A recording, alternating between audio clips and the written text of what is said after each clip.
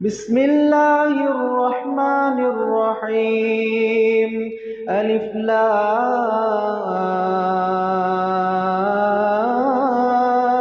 را. كتاب أنزلناه إليك لتخرج الناس من الظلمات إلى النور بإذن ربهم إلى صراط العزيز الحميد.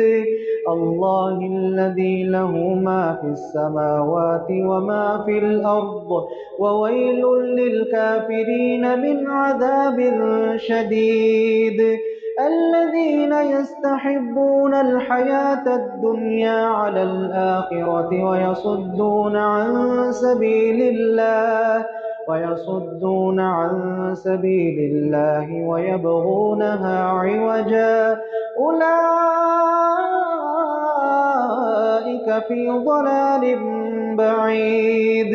وما أرسلنا من رسول إلا بلسان قومه ليبين لهم فيضل الله من يشاء ويهدي من يشاء وهو العزيز الحكيم. ولقد أرسلنا موسى بآياتنا أن أخرج قومك من الظلمات إلى النور وذكرهم بأيام الله إن في ذلك لآيات لكل صبار شكور. وإذ قال موسى لقومه اذكروا نعمة الله عليكم إذ أنجاكم من